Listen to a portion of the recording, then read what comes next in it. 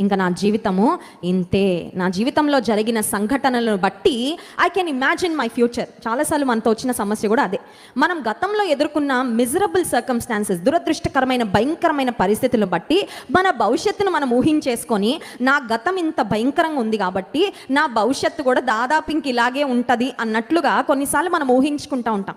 But I have a good news this morning. ఉదయకాల సమయంలో ఒక శుభవార్త మీకు తెలియజేయాలని ఆశిస్తున్నాను. అది ఏంటంటే, నీవు సజీవుడైన దేవుని, యేసుక్రీస్తు ప్రభువును ఏ విధంగా రూతు హత్తుకుందో ఆ విధంగా నువ్వు కూడా ఆయనను హత్తుకొని ఆయనను వెంబడించగలిగితే నీ యొక్క గతము నీ భవిష్యత్తును ఏమాత్రం కూడా ఇన్ఫ్లుయెన్స్ చెయ్యదు. నమ్మిన వారి స్తోత్రం చెప్దాం. హల్లెలూయా. Your past is not going to decide your future if you are in Christ Jesus. ఏసయ్యలో నువ్వు ఉంటే, ఏసయ్యతో నీ జీవిత ప్రయాణాన్ని నువ్వు ముందుకు నడిపిస్తే, ఒకవేళ నీవు నమ్ముకున్న వ్యక్తులు, కట్టుకున్న వ్యక్తులు ఎవరు నాకు ఆధారం అనుకుంటా వారు ఒకవేళ నువ్వు విడిచిపెట్టి వెళ్ళిపోయినా, నువ్వు పట్టుకున్న దేవుడు, జీవం కలిగిన దేవుడు, నమ్మదగిన దేవుడు మాత్రం నీ జీవితాన్ని అంతం వరకు నడిపించి, గతంలో నీకు జరిగిన భయంకరమైన పరిస్థితుల ప్రభావము నీ భవిష్యత్తు మీద లేకుండా ఆయన గొప్ప కార్యము జరిగించారు.